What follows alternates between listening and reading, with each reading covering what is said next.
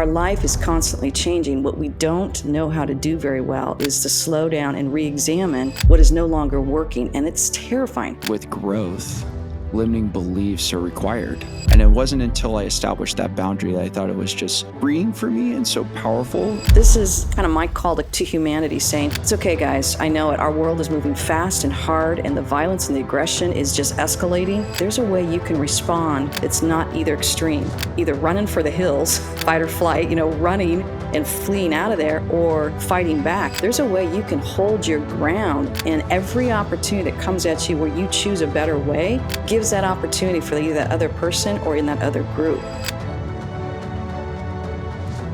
Heather Penny, welcome to the Live Your Truth Now podcast. How are you? Oh, I'm doing great, Mike. Thanks for having me. Yeah, I'm really excited to talk to you today. We were talking a little bit about before the show about your book, The Life You Were Made For. And I love that title. I looked at it, I reflected on it. There were some things that, after I was diving into the book a bit, that I was just really fascinated by, because we've been having a lot of conversations about purpose and meaning.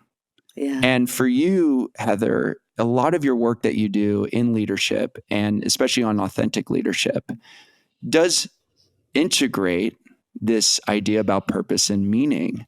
Mm-hmm. And I think a lot of people are struggling with purpose and meaning and what that is. How do you talk to people when they go to you and they say, Heather, I don't know what my purpose is in life. I'm in my mid-40s. I've worked in corporate 20 years. Or how do I find out what the meaning of life is for me? Yeah, okay. So you're going to just jump right in, Mike, huh? Oh, yes, I am. Welcome to the show. That's how I do it here. It's good to be here, man, and I love it. Let's just jump right there, because that's exactly where I meet people. And of course, it's where I've been as well. So, we have to, if we're going to be authentic, we have to live it out ourselves. And so I think the easiest and the best way to do this for all of our listeners is to just use an allegory that I use in my coaching. I use it in the book. And it's this idea of a little girl who's given a bracelet when she's really little. She loves this bracelet. She cherishes it. She looks at it. It makes her feel special and warm. And what happens is she ages. She gets more and more bracelets over the years. And what that does is the bracelets go all the way up to her shoulders. It prevents her from doing what she loves, which is going on her tire swing and spending time outdoors. It prevents her from really enjoying her world and her life. And so all of her focus and her energy is spent on balancing those bracelets. It's not until she slows down, lies out under the stars, that she hears the voice on the wind that says, hey, take off your bracelets. You're not created to live with those kind of bracelets. And that's pretty much then where I leave the reader. And that's where I like to step in and meet people. Typically, people come to me not when things are wonderful and rosy. It's like, I'm a little disoriented. I can't tell you exactly what it is. The future is fuzzy. I know what I don't want, but I don't know what I do want. Well, that's where I've been. And so the reason I use that allegory, because it feels counterintuitive, especially because I work with so many high achievers and creative people and all my fingers pointing back. Our tendency is to push, grab more bracelets, put them on, do more, read more books, listen to more people, do more. When they come to me, it feels so counterintuitive, but I say, let's talk about your tire swing. When you go find your tire swing, which of course the metaphor is, what is it you love? Is it hike? Is it a gardening? Is it painting?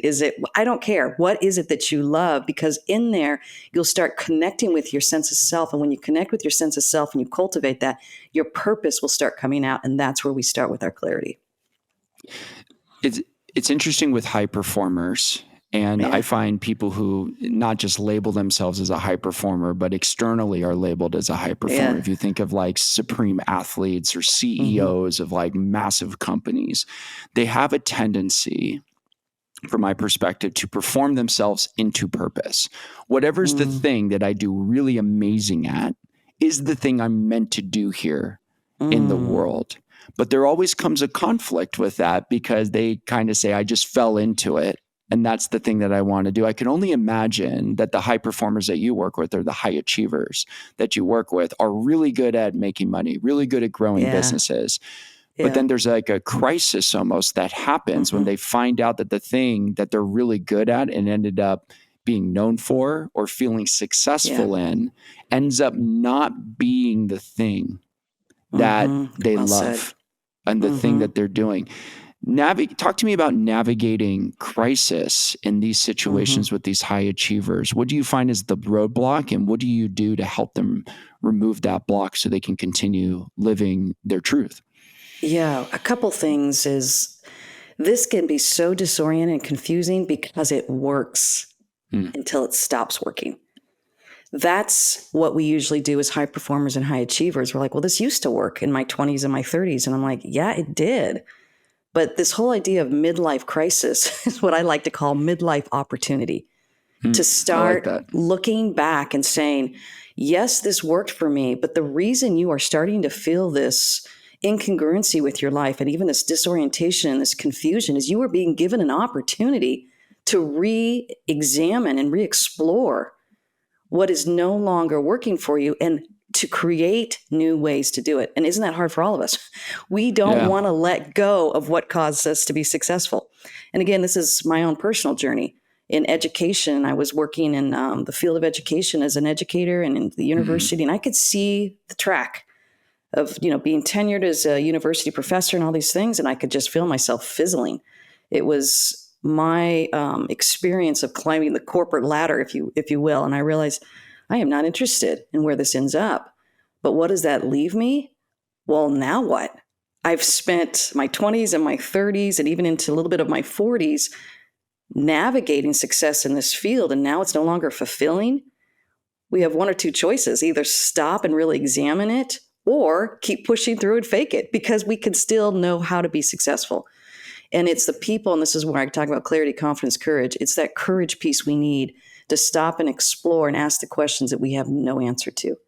And that's terrifying. It's scary. And this is usually where my services and my coaching kind of comes along. And this is where I've hired coaches and people in my life to say, will you stay with me in this midlife opportunity, or this crossroad is what I called it in my book. This is an opportunity to stop and pause and ask new questions and dare to believe that I get a life that is yet undefined for me, but something is niggling down inside of me. And instead of pushing more and more and more, I think I need to go spend time on my tire swing and time under the stars to re-identify who I am at 43 or 53 or 63. Our life is constantly changing. What we don't know how to do very well is to slow down and re-examine what is no longer working. And it's terrifying. This is the compassion I give everybody. I'm like, this is scary to slow down long enough and ask new questions when we don't have the answers. Yesterday, I was watching the final round of the American Express Open. It's a golf tournament. And I just randomly, and the reason why I'm bringing this up is because I want to talk about pressure with you. And so I'm watching the final round, and it's like the last hole. They're at the 18th hole. And this guy, young guy from Alabama, I forget his name. His name's escaping me right now, but he's an amateur. So he can't make any money off of this tour if he wins this thing, but he's in the lead. And he ends up on the 18th hole making a 6-foot putt, and he's filled with emotion and he's filled with so much joy. And you can tell his parents are excited for him. And one of the announcers said yesterday that when they asked him about performing at that level, he responded with a quote that I thought was really interesting. I'd love to get your thoughts on this, is that the pressure is a privilege. And a lot of high performers will counter with, well, the pressure is a privilege. That's what I'm meant to do. I have to perform. I have to be somebody of significance. I have to wake up every single day and outdo myself. What do you say to that when high performers might push back on you a little bit and say, yeah, but I have to perform? And it sounds like to me, you may not be allowing me to perform if you take this thing away from me, even though, Heather, I'm in crisis right now because the thing that made me successful is the thing I don't want to do, but I have to perform. What do you do in those situations like that? Well, yes, as someone who struggles with her own desire to perform and a fear of failure, I like what he said. It's a privilege. And I would say, I'd probably say something more like it's an opportunity. Yeah. And not because my way of seeing it is better than his way. It's the way I need to see it in order to grapple with my internal mind chatter. Yeah. And I'll give you a personal example. I have a keynote coming up in about 3 weeks where I'll be speaking at a conference. Most people don't know this about me. I have a strong introvert side. So I will accept speaking opportunities, but I have to kind of work through it in order to not only perform and get over the fear of failure and some of the anxiety, but my standard is, how do I anticipate it and enjoy it? So that pressure now is an opportunity to start grappling with some false beliefs that I've held inside of me, which is maybe a false belief is, who wants to hear what I have to say? Or what if I get up there and I totally freeze? Or what if I don't deliver and they're paying me all this money to do it? What if I actually fail them? These are the terrible false beliefs that start running around in my head, and you can see that takes up the energy. So because of the way I think, and I am very creative, and I love this about myself, but when my creativity is on, it's wonderful. When my creativity is off, it is actually manifesting more and more false beliefs. So the pressure now becomes an opportunity to say, hey, Heath, what true beliefs do you want to reach for? I've been given this opportunity. I'm made to do this. I have something to offer, and I get to do what I need to enjoy this journey. And that's something now that I'm moving into. So this date that is coming up, I was going to say looming, but that would be my false belief that's starting to make me get nervous about it. And I would say more of like this party that I get to go to with all these amazing people in the room is an opportunity for me to really access a true belief that says, yeah, this pressure is an opportunity for me to remind myself that I am doing what I'm made to do, and I get to trust who I am and what I'm offering. I also find that with growth, limiting beliefs are required. Like there's a next level to it. And I think a lot of what you were talking about, I'm growing and I'm changing and I'm evolving and I'm just like you, and speaking from my experience as well, I do have limiting beliefs whenever I'm about to up level or hit that next level. There's a new form, a new set of beliefs. Like, is this episode going to do well? Is this concept that I'm talking about going to really, be flat? Or is it going to excite people? Is it going to give me a bunch of shit like hitting at me from social media because somebody's got a problem? We'll talk about more kind of the online world too and what you've seen. How do you navigate when it comes to dealing with your own set of limiting beliefs? How do you deal with that? Yeah, I think the personal biggest practices. Yeah, I can definitely share how I deal with it. But I think the thing that surprised me, and this is a myth, and I think I like to talk about it very openly, the success, I think naively, when I started my coaching practice over 10 years ago now, it was like I didn't have one client and I'm working through it. And I'm like doing all my true beliefs of kind of, if you build it, they will come kind of stuff. Yeah, right. And trying to stay in that. And it did, my work became very successful. My company grew, and I work with people now all over the world, organizations. And the myth that it's like what I call the shadow side of success is those false beliefs that you tackled early on, you kind of think they're done. What I want to say is, and it shocked me, and I this is why I like to be honest about it, is fast forward 10 years, I was shocked that these stupid little false beliefs, after I had achieved the success, started creeping up, because I wasn't speaking to just a group of 20 people, and now I'm speaking to a group of 500 people. And so then I'm focused on that level of success, and these same beliefs that I had tackled maybe with 20 people at a keynote is now, it's the same thing. So what I begin, and then I would say, this is where I take a lot of hope, and I offer to people, I'm like, this is a mental state of mind that you're cultivating, so that when these false beliefs start coming in, you now know what to do. So now I look at these false beliefs and I'm getting ready to go into this keynote, and I'm like, well, there you are again.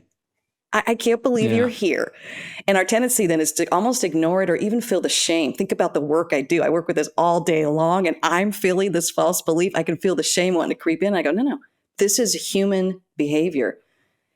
It's not about if, it's about when they come, you know how to deal with it quicker and quicker, and you have a faster response rate to step into that space. And that's what I want really empower people to be able to do, is do it on their own, and to develop kind of an exercise and a practice for when it comes. And part of the issue really is learning to hear it first. Many of us stuff it down with busyness or doing more. I can feel myself wanting to get busier and busier and busier, which is telling me something is niggling at me. Some false belief is starting to niggle at me.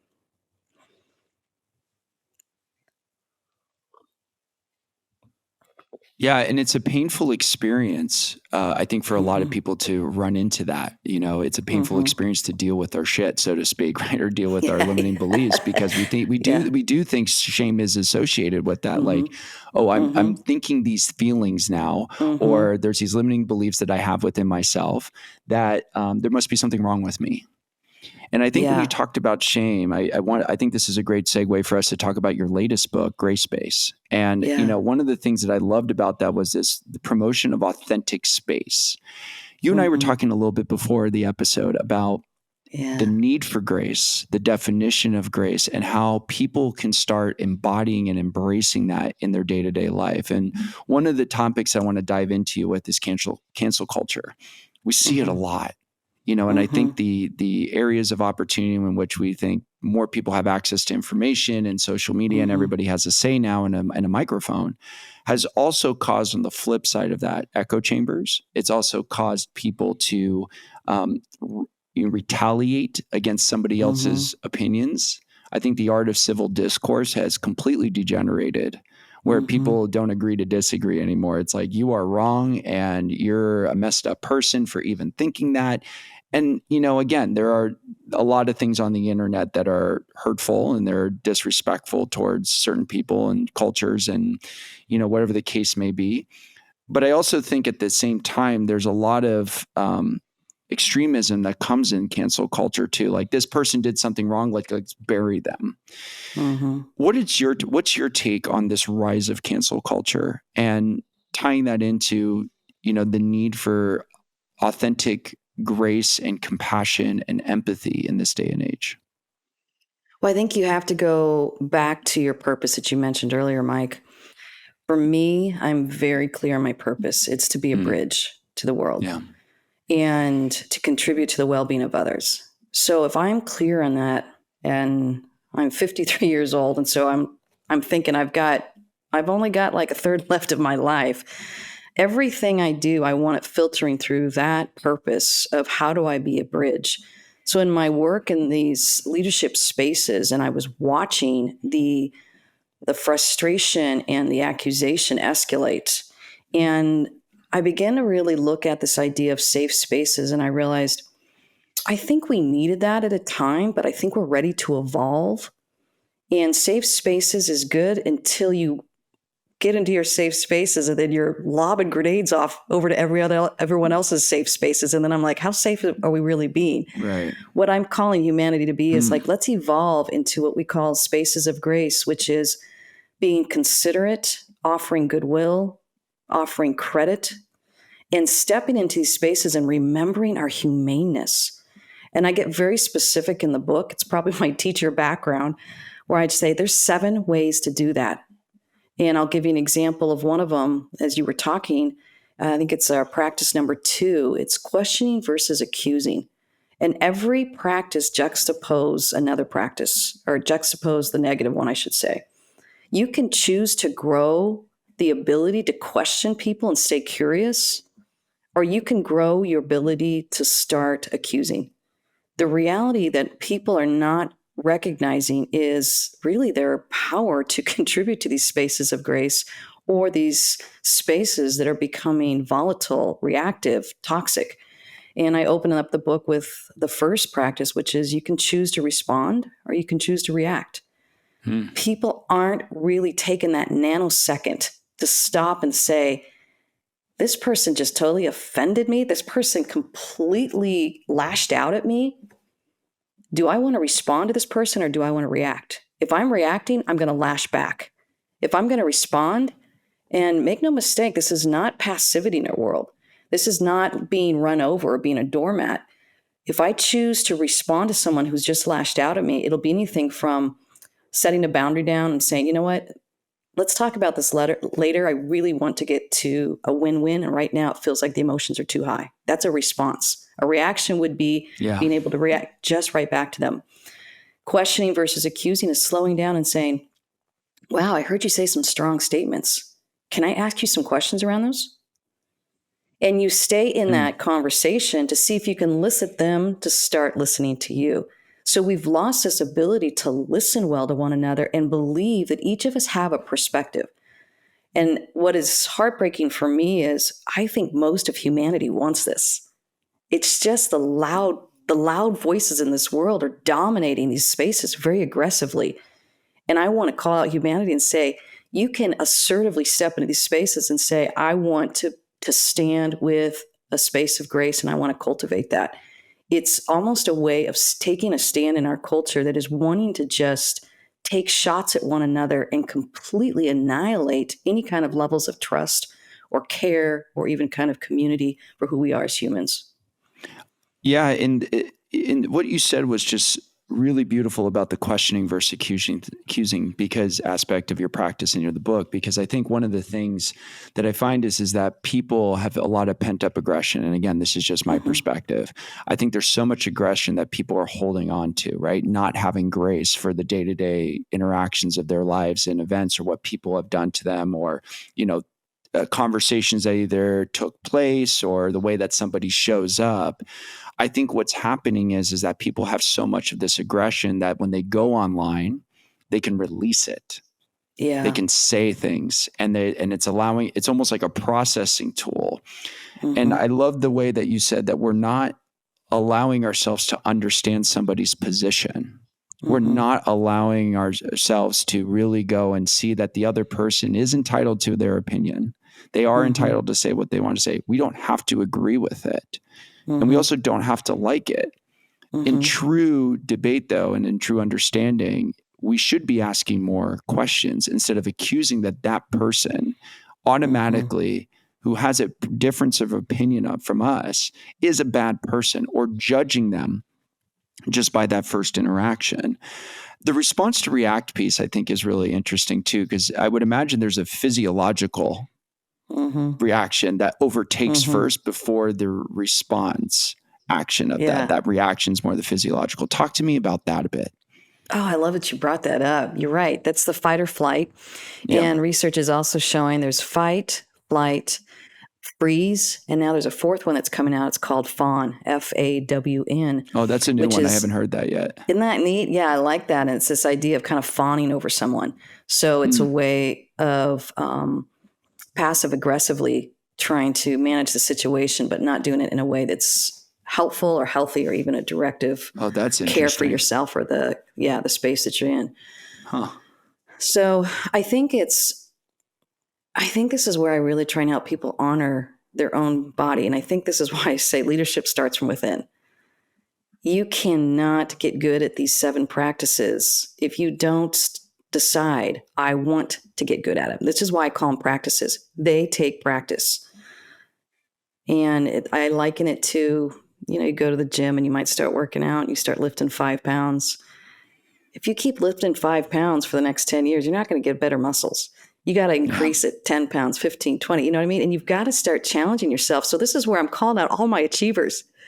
I want them to achieve in cultivating and practicing these 7 practices. And I think these give us 7 handles. Grace, of course, is a big word. Space is a big word. So I don't want to pretend that I have the quarter market on that. But I'm like, if we have 7 practices, we can at least start the conversation around, hey, you know what? I'm going to choose to question right now versus accuse. I'm going to choose to respond to the situation versus react to it. And I can give a personal example, actually, Mike. This happened to me a couple of months ago. And I was on a walk with another leader, and she's actually a friend of mine, but I was also doing some leadership with her in these spaces. And there were some things that got sideways, but I didn't know it. So I walked to this conversation. All of a sudden, I realized that I'm getting ambushed, and I'm like a mile out. I'm telling you, I can feel the fight or flight kicking in. I literally thought, can I race back to my car? Which is telling me that fight or flight is happening. Yeah, right. And so it was a totally like base instinct. Yeah, exactly. And I'm going, I do not feel like a really mature leader or coach in this moment. I'm just trying to figure out, how do I get out of this conversation? And maybe if I sprint fast enough, I can get back to my car. So that made me just kind of recognize the state of where I'm at. And so I heard that thought go through my head, and I just go, okay, Heather, you're in fight or flight. So I listened to it, and I'm like, your tendency will be to react and want to push back hard. Because when I get a fight or flight, right, we feel like a cornered animal. So I could feel that adrenaline surging through me. And then I just heard myself say, I'm going to choose to respond in this moment.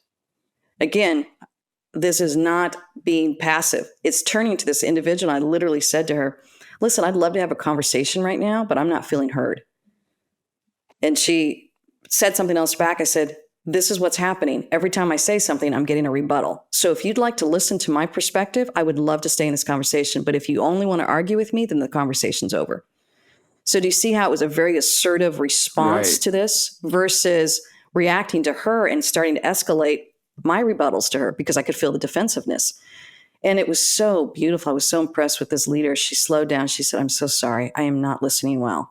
I've just had a hard week with this decision, and I want to slow down and listen well.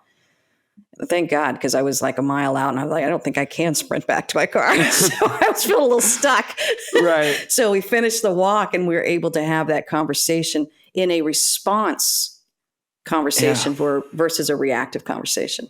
Well, and I think you setting boundaries was so important too. And I think that's just such a powerful thing that a lot of us have a hard time practicing. I know that used to be a big struggle for me was, in the spirit of sharing personal stories, I used to have a very difficult time establishing boundaries. Mm-hmm. I had an episode come out recently where, I was talking to my friend, Natalie Hunter, about how, I had a hard time saying no when I first started my business because the information and the adage that I had getting given to me or what I had seen about entrepreneurs was like, when you're first starting out, you say yes to everything, every single opportunity, every single networking event, to the point where you exhaust yourself, but you're doing it for the sake of the business. And I found out in a very hard lesson for me from burnout and frustration that saying yes depleted so much of my energy and my enthusiasm to actually be in the business.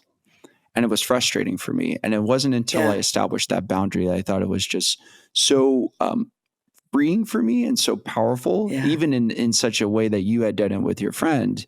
And I think everybody listening here can really connect and relate to this, that boundaries are so important and you have to be, it is okay for you to establish your boundary. But also the grace aspect of this is it sounded like to me that you establishing your boundary, you also gave grace to that person that was saying, I'm sorry to you. Yeah. I think that that's missing really big time from our society and our conversations and authentic relationship building. One of the things I want to segue a little bit into the leadership aspect. You touched on leadership in this conversation that you had with this other leader. And you said leadership starts within. And in the spirit of authenticity about what this podcast is about, I think the need for authentic leadership in corporate and in companies and even in circles and communities of people is very much needed. Where do you think people are struggling in their leadership abilities?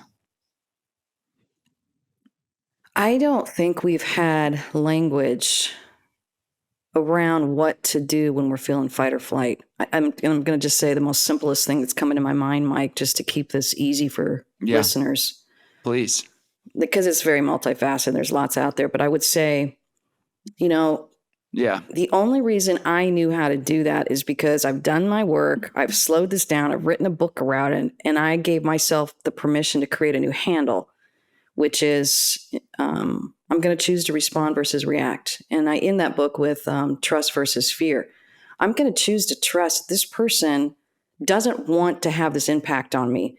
So I got to find my words and give her a shot to be able to stay in the conversation with me. But I got to be super clear. Man, that's hard. I'm not going to lie to you. That's so good. That's a success story for me because I didn't always do that. I was like, I'm feeling flooded with my emotions and I'm feeling the fight or flight and I'm just figuring out exit plan. And I'm going to say this too. I've also trusted and I've gotten you should listen to me. And I'm like, okay, I chose to trust and offer this olive branch or offer this opportunity. And you threw it back in my face.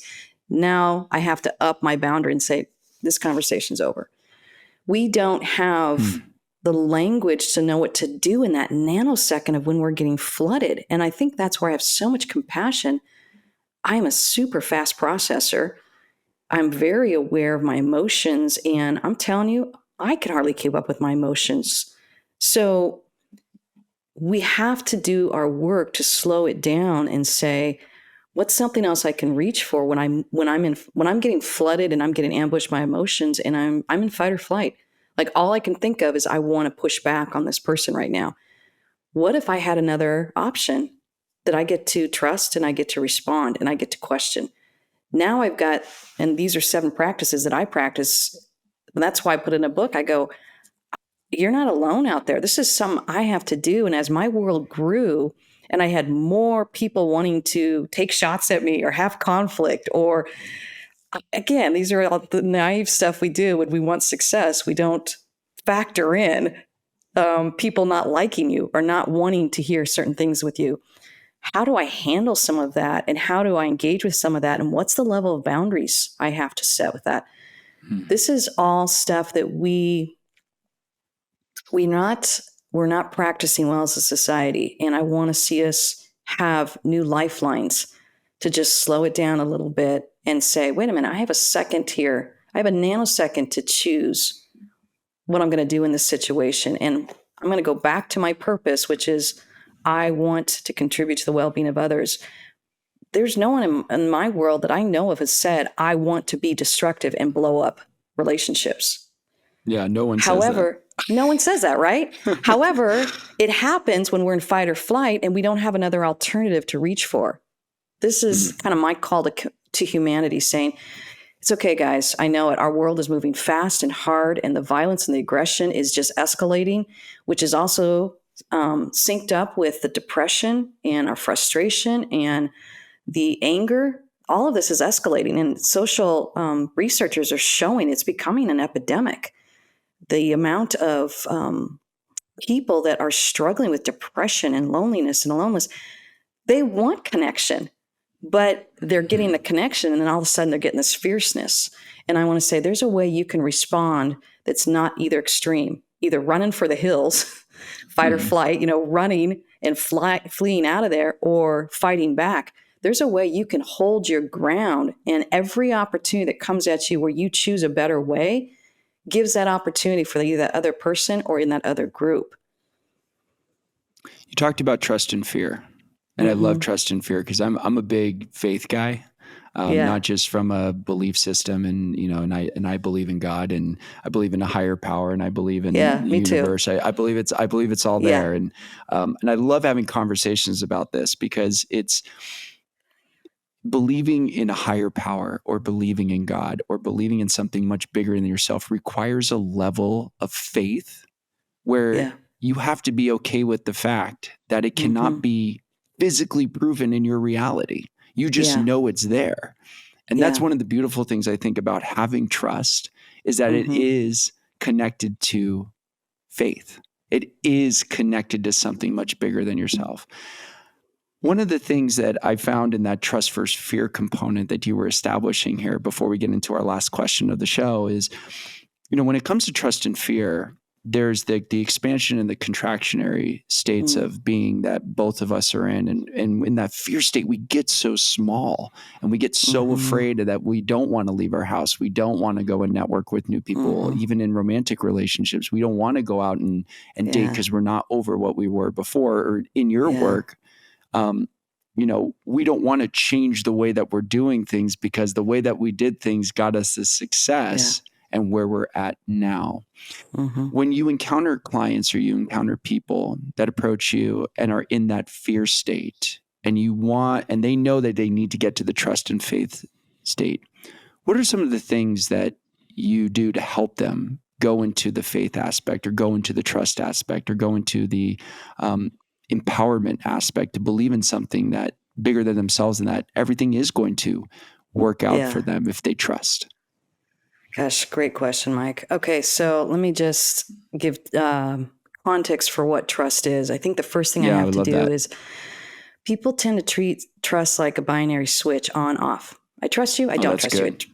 Trust you. I don't. The first thing I go for is, hey, this is a continuum, guys. Think about it like a continuum of 1 to 10. And we have to watch if the trust is moving up or if it's moving down, whether it's with our spouse and our kids, which is our personal life, or whether it's leading groups and organizations. Your people are growing trust with you or losing trust with you.